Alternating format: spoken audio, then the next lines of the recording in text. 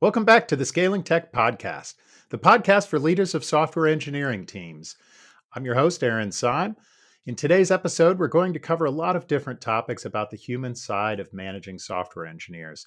My guest, Ben Parisot, shares with us insights around diversity and inclusion in tech and how to track and improve the overall satisfaction of your developers, as well as the use of AI in software development.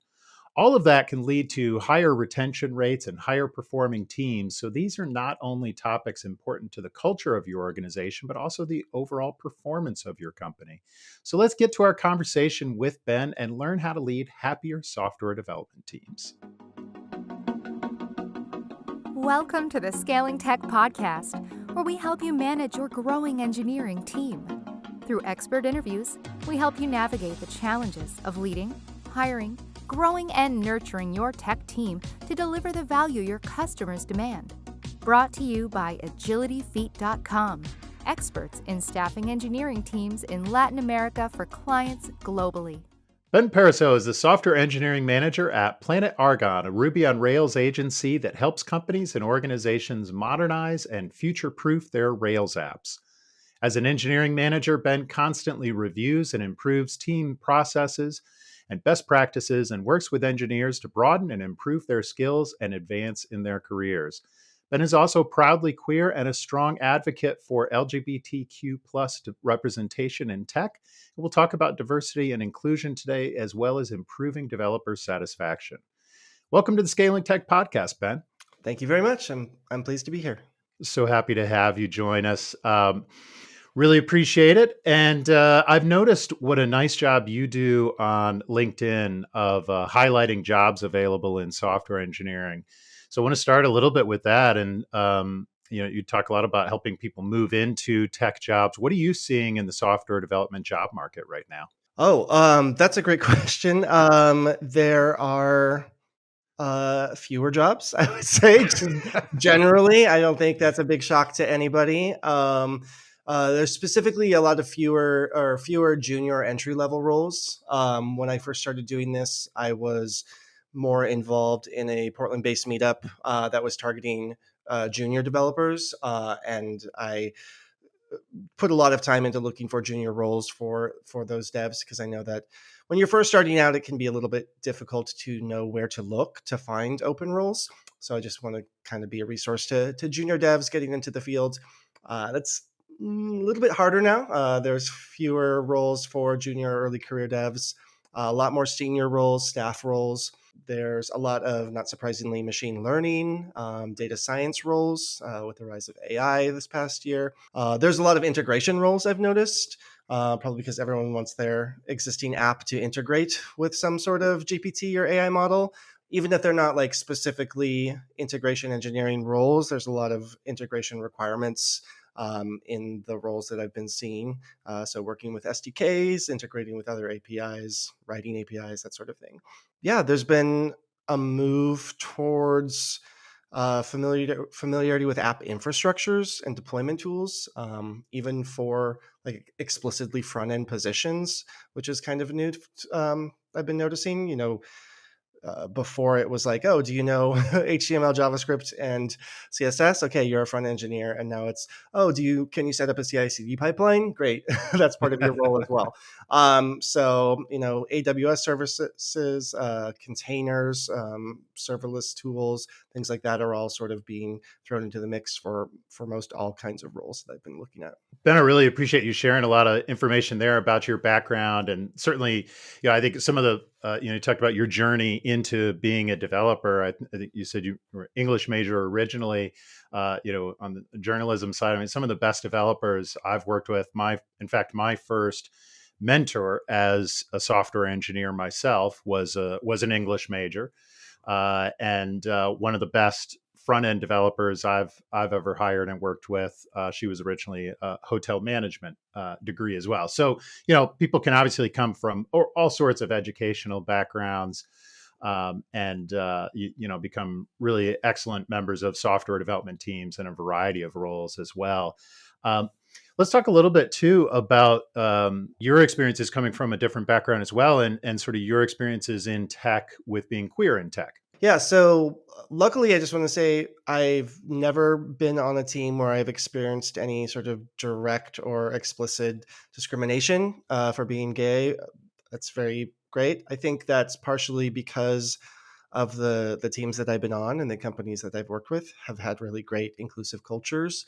Partially, I think, is that's just because tech is just a little bit more self-aware in that regards. In some ways, I will say that, especially early on in my career, that most all of the teams that I were on were almost exclusively cis white straight men. Now I am, a cis white man myself, so I have some of that privilege, and I could integrate on those teams pretty well. But there's something to be said for even having a little bit of difference from everyone else on your team.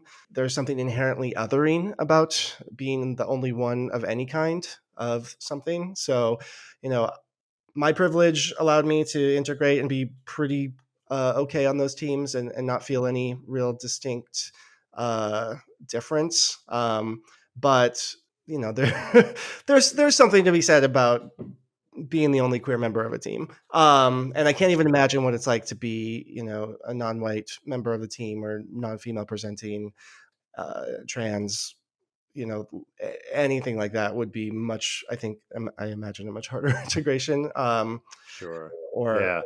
Yeah, I think it's. I mean, I'm glad that you've had a largely positive experience, and I think in general, I hope that's the case in the tech industry as well. But obviously, culture varies company to company, and situations vary company to company. And for someone like me, I mean, I personally check all of the boxes of like the most privileged categories, so it's hard for me also to have that perspective. So I appreciate you sharing a perspective, and kind of I think it's important for all of us as engineering leaders, regardless of our own backgrounds, to be aware of the possibility of people feeling othered, in any situation. And so I think for somebody like me, who I'm not part of the LGBTQ plus community myself, but I have multiple family members and friends who are, and so it's important to me. What is the best way you would recommend someone like myself in a leadership role to be a good ally to others? there's a million ways. I think being self-aware in the way that you've just described yourself is probably the biggest part. Being aware of your privilege and being aware of what it means to be, a cis white male in this industry, and just sort of the doors that opens for you, myself included. Um, I would say that there's structural systemic things that companies can do to be more inclusive and provide safer spaces for people coming onto their teams. And there's also individual stuff that team members will need to learn on their own, possibly like at the behest of the company through trainings and stuff. The thing that I've seen the most that's been, even on those teams that I felt really comfortable, and I thought were pretty inclusive, there's an issue around hiring and diversifying your team that is even rampant in those types of teams, which is like, oh, it's the pipeline. You hear that a lot. There's a pipeline problem. I would love to hire a woman, love to hire a non-white cis male developer. There's just no candidates for that. Of course, the people that are generally saying that are the people that are cis straight white male, and they're generally, even if they don't realize it, using like the same pipelines that they went through.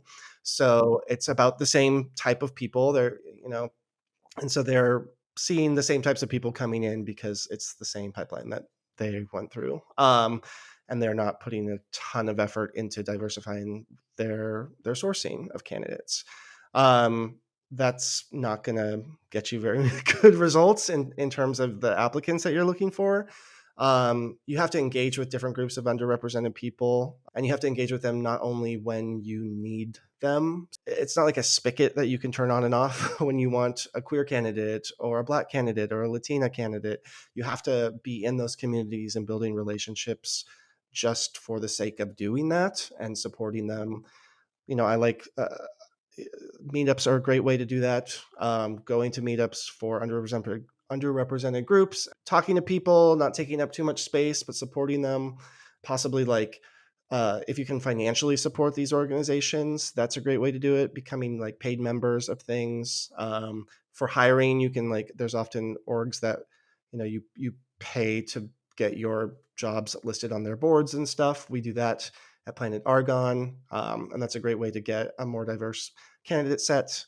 Yeah, I mean, there's also not just hiring concerns. Obviously, when you have a team that is a little more diverse, well, really just any team, I would say, you need to make sure that you're creating like a place of psychological safety for everyone. And that this is especially true for people that might have experienced like poor team cultures in the past. They're going to be, understandably a little more defensive and not 100% comfortable joining your team of all white dudes. Right. So, there's things that you should be doing to try and make everyone feel heard and make them feel like they are not only like safe to exist on your team, but safe to like voice their opinion or disagree with someone. Right. Absolutely. Yeah. And you mentioned the term psychological safety. I'd love to talk about that a little bit more. And, I know the term in particular from kind of my training in the context of agile retrospectives and talking about making sure that, when a team wants to bring issues to the table, that they have the psychological safety in that team. They have the comfort level to be able to raise difficult things going on in the team. But those are, traditionally more around process too. Is there a way that you would kind of define that term, or any tips that you would share for engineering leaders about how to encourage that psychological safety within their teams, in particular in the context of inclusion? I'm not a DEI expert, Sure. but I will say, just having some lived experience and having some work experience specifically here at Planet Argon, I think that the most important thing to do is educate yourself. Oftentimes, you have really well meaning managers, really well meaning team members that just don't know where there might be. You know areas that are or things that are making people feel unsafe or unheard. So I would do the research, read DEI experts in the field around queer representation, representation of women and non-white people. I would say that talking to your team members is also just a really easy way to do it. And not even with leading questions like, hey, how can I make you feel more safe here?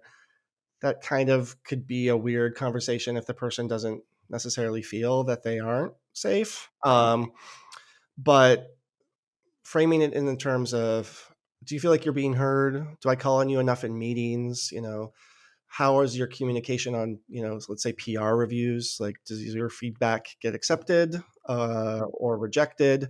And do you notice any trends in communication with your colleagues or your boss? So those are some things you can do. I think like structurally, you can also just have mandatory, DEI training. That's pretty simple. There's lots of resources out there that offer classes, online classes, stuff. It's all pretty corny in terms of like the production value, not the content. Sure.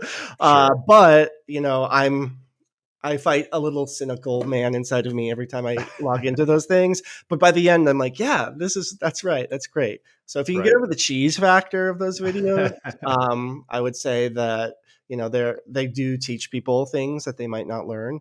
And I would say, it's important to recognize that like acceptance and making people comfortable is a very, what's the word I'm looking for? Intersectional endeavor. So, like I said, I am a gay man, but I'm also a man. I'm also white. I have lots of blind spots when it comes to working with women and people of color, and I need to train myself on those issues and make sure that I'm not saying or doing anything that makes people feel uncomfortable and just playing it off because, oh, I'm gay, so I can say that. And I appreciate your pipeline comments a lot too. And I think I think you have some organizations, you can mention. We can definitely also put up on the show notes for this episode around different groups that, like you talked about reaching out to in terms of pipeline. Anyone you want to give a shout out to? I want to take a moment to tell you about our sponsor, WebRTC Ventures. At WebRTC Ventures, our teams are experts in building live video into your web or mobile applications. We've literally built hundreds of them. We have over a decade of experience using both open source and commercial media servers in a wide range of industries, including telehealth, edtech, broadcasting, and more. We also publish a lot of helpful tips and industry interviews on our website and our YouTube channel. So be sure to check out webrtc.ventures, and we can help you build, scale, and deploy your video solution. I have been involved more actively in the past, though, with Out in Tech. That's a great queer tech organization. They've got, chapters all over the country. Women in Tech, the same. Been to a number of their conferences. Blacks in Technology, People of Color in Tech. Techeria is a good.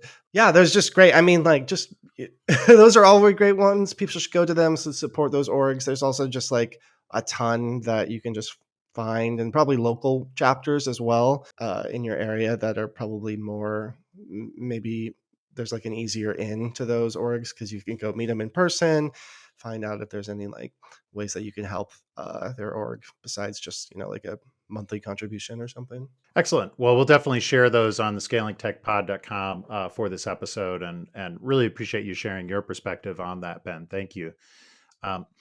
Let's talk about, let's shift over more to developer satisfaction in general now, and talk about a little bit about what are some of the best ways to track and improve developer satisfaction. How do you handle that? So I've been working on improving our DevX at Planet Argon for, ever since I started, really, and have really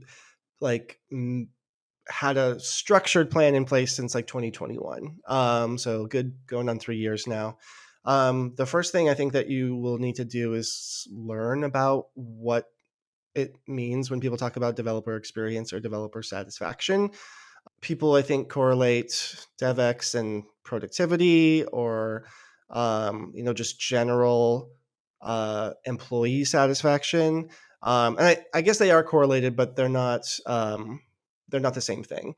So when we're talking about developer satisfaction or developer experience, we're talking about things that the developer or your engineering team as a whole is experiencing every day in their day-to-day work that is causing them to like or not like what they're doing. So these are, workflows, deployment workflows, project application setup, PR review processes, how much focus time they have.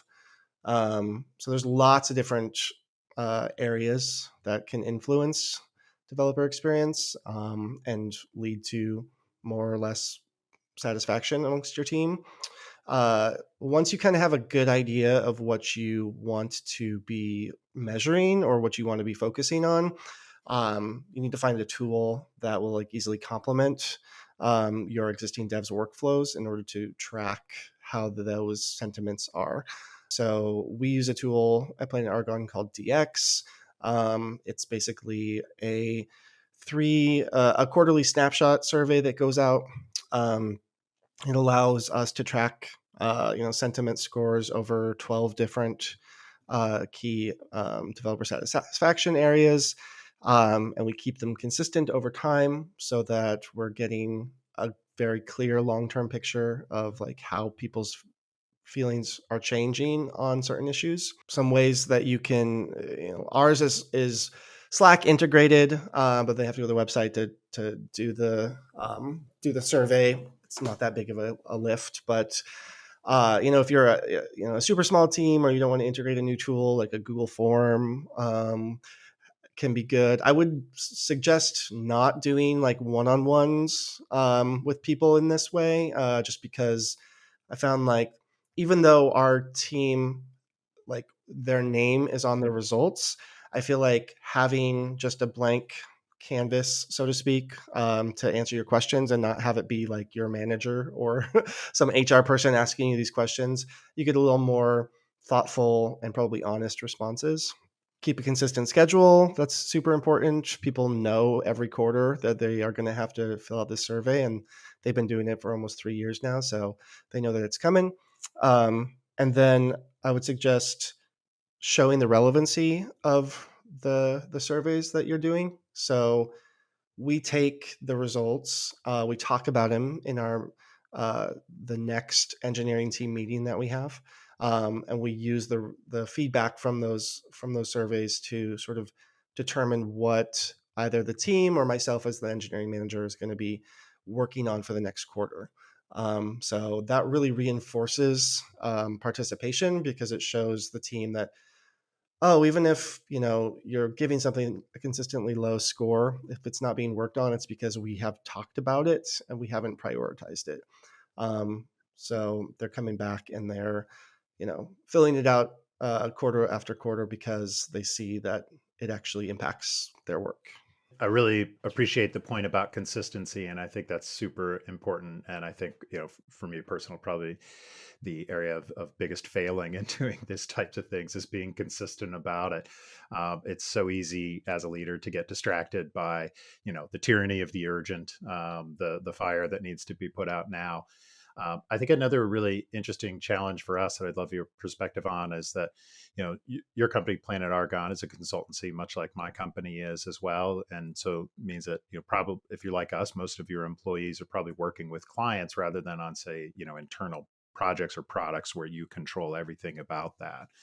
And that's an extra challenge, right? Because for our people on our team, we can do what we can to control our company's culture and psychological safety and developer experience, but a lot of their day-to-day experience really is driven by what their client's experience is, especially if they're embedded in that client team. And Yeah. so I imagine you face some similar challenges. Is there anything kind of extra that you're able to do around that, or you have to work around? Yes and no.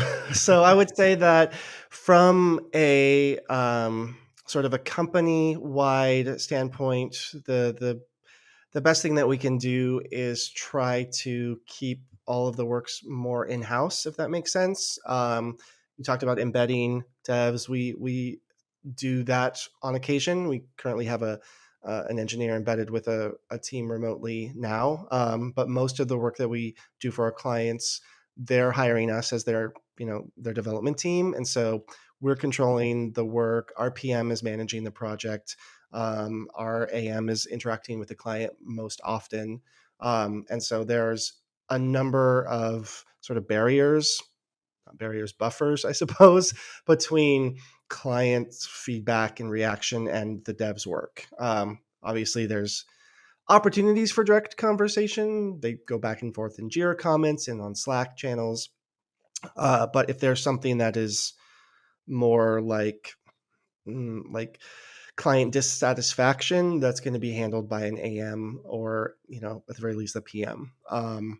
We set that expectation pretty early on in the relationship with the client by spelling out, like, here's the type of questions that you should bring to our developers and the forums in which you could bring those, and here's how you talk about everything else. So in terms of like the experience that our devs have working with clients, I think we do a pretty good job of keeping them more or less shielded from any sort of major client blowback. Luckily, we don't have a ton of those because our devs are really great.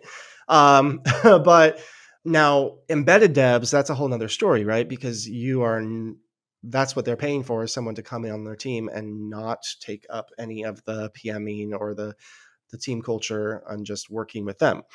I think that requires a lot more vetting in terms of the client. Like, who are we going to accept as a team that we can place our devs? At the end of the day, they're still Planet Argon employees. And so if they're unhappy on a team that we embedded them on, they're not going to blame that team. They're going to blame Planet Argon, and they're going to say, like, oh yeah, my boss sent me to this team and it was brutal and I did not have a good experience.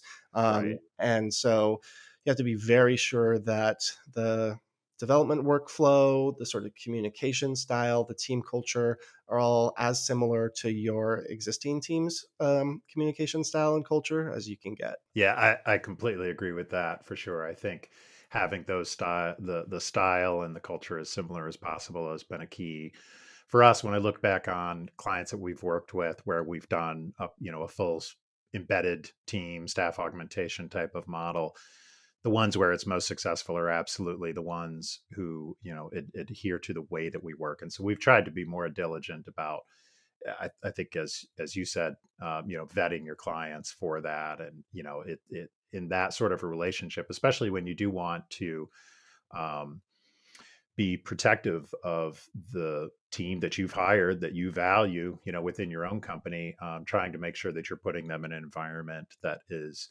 as compatible as possible with the sort of company that they were hired into, right? Yeah. And that can be a real challenge sometimes, especially when sometimes you're facing other constraints too, and trying to make a sale, work with a client that need revenue that needs to be generated, but being really careful about where you put team members, especially in those sorts of embedded situations, is hard.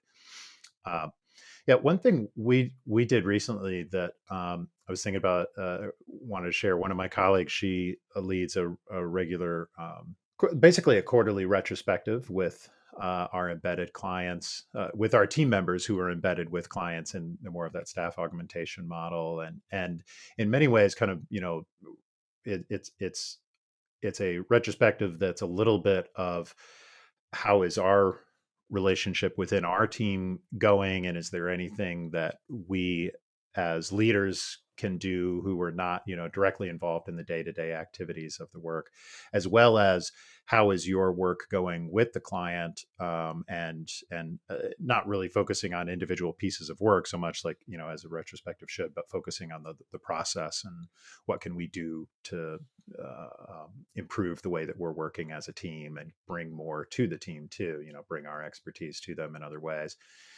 Anyways, an exercise she did in one of the recent ones that I really liked, if you've seen the agile retrospective exercise of the pirate ship before, where you have we used a online whiteboard, and there's a drawing of a pirate ship approaching a tropical island there, and you talk about, it's just a fun spin on more traditional things like Yeah. start, stop, go. What should we do? But liven it up with a little different exercise of talking about tailwinds, headwinds, Oh, dangers yeah. like rocks underneath that the ship could crash into as it approaches the island. What's the treasure we're hoping to find on the island? The positive goals we're trying to reach. But I, especially liked that kind of tailwind and headwind part of it, where you're talking about, a tailwind of what's pushing us to that island faster. Like, what are the things that are going really well that we can do a better job of, or that we can maybe double down on because they lift our team up. They push us further, versus those headwinds of things that we need to try and find a way to reduce the friction that's holding us back. Yeah, that's great. I love that. I have to check out that. I haven't heard of the pirate, the pirate ship exercise. I'm gonna have to look into that. We've done so for our embedded devs. We stick with our biweekly one-on-one. So I'm meeting with him every other week, even though he's embedded in another team, and that gives him a chance to not only like fill me in on the work, but also talk about any issues that he's facing. Our PRs getting reviewed on time, or people being nice and courteous, which they are, which is great this time. And the other opportunity that it gives us is for him to give us any feedback on processes or workflows that he's noticed on their team that he thinks that we might adopt. So we view, embedded devs relationships as not only us providing a service for another team, or offering some help to another team, but then also the possibility of learning from that team to improve how we run our team. Yeah, absolutely. Those best relationships are always bi-directional, right? Yeah. We're bringing things to our clients that they haven't seen before, and that's part of the value of working with us. And likewise, we learn something from each one of them as well. So um, now let's talk a little bit about AI and software development, there's a lot of different ways that it's discussed, both maybe sometimes too hype driven, and other times too fear driven as well. I usually fall somewhere in between those of what does it actually mean. But I think it's given that it is a topic that can either carry a lot of hope or a lot of fear with it, I would imagine has an impact on developer experience. Yeah, how are you all using AI now in your software development, and what impact do you think that has on developer experience? Okay, so we have AI Just to drop a guidelines. small question on Just you. a tiny little question about a very niche topic that nobody's Yeah. really paying attention to. No, it's great. I love this topic. I've talked with my team about it at great length. We have some like general guidelines outlined for using AI tools at Planet Argon.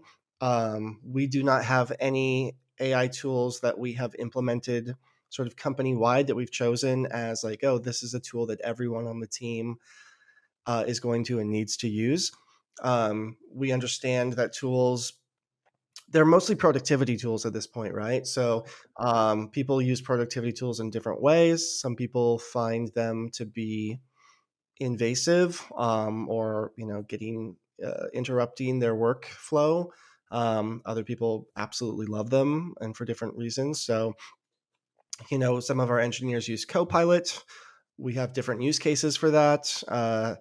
Most everyone doesn't use like the auto complete aspect of Copilot, the code writing aspect of it when they're writing code. They will use it more for like test writing or something that's a little more Yeah. templated, and that they can just be like, oh yeah, you're writing a test here, let me fill that out for you. So you don't have to just continuously write this boilerplate code over and over. Right. We've used some AI issue tracking and summary tools that have been helpful. So, tools that integrate with our Jira boards and allow the project manager or myself to get a very high level overview of the work that's being done without having to either like filter, like create our own custom Jira filters, or go to every board and pull up reports in that way.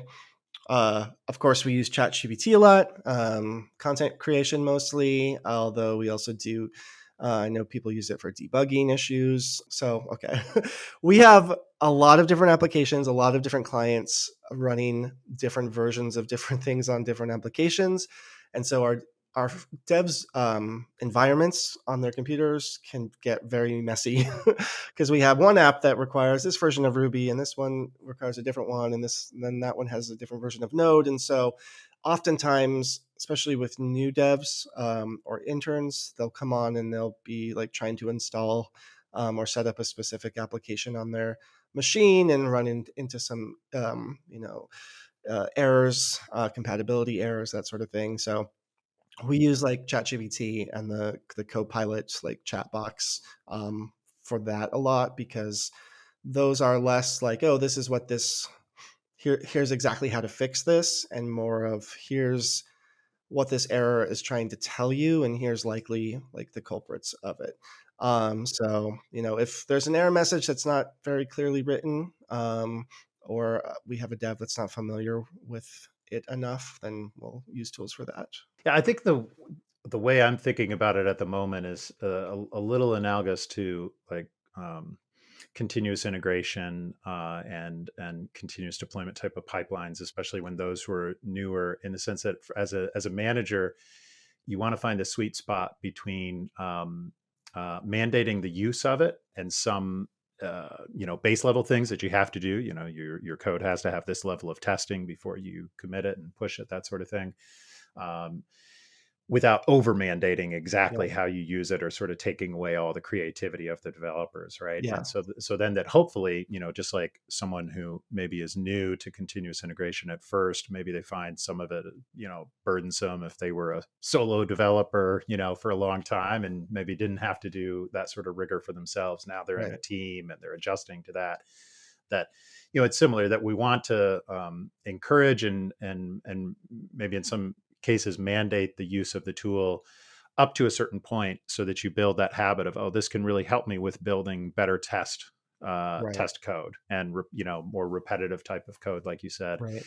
but doesn't, I'm not expected to have the first version of every function I write generated by Copilot or Right. ChatGPT or something. I still have creative freedom in how I implement these, but I learn how to take away some of the more painful or redundant parts along the way. Exactly. Yeah, I So kind of similarly view it as like a spell check versus like autocomplete in like a Google Doc or something. So, right, you're writing, like, it used to be spell check was the only thing there, and you didn't mandate spell check necessarily for your team if they were writing something. Like, this is me going back to my writing background, but right, but right, you would also expect that they were turning in, an article that did not have any spelling errors in it. So right. there's the assumption that they're using a tool, although if they can completely write everything and not have any spelling errors themselves, it's great. They don't need it. But now there's like autocomplete in these in content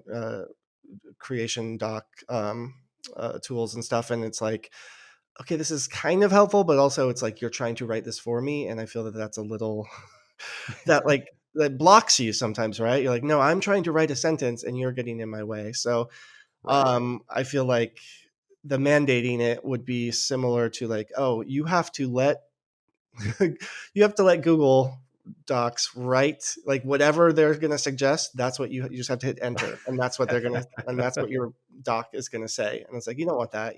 That's very limiting for people. And same with the code tools. Like using it for debugging. It's more like spell check, and it's like, yeah, great. If you don't need it, then don't use it. But if you do need it, use it. But the autocomplete or the code generation side of it's like, this might get in your way. So I would prefer that you just try to write it yourself first. Yeah, I'd be in a lot of trouble if I sent every email after just hitting tab of whatever Gmail thinks Right, I meant to add on to that right. sentence. It definitely doesn't always catch it. And code tools the same way. So a lot of this too, I mean, gets to the challenge of managing these things across a team is that different team members are motivated by different things. I was always, as a developer, most motivated in my work when I could see the impact of it on customers directly and interact with them.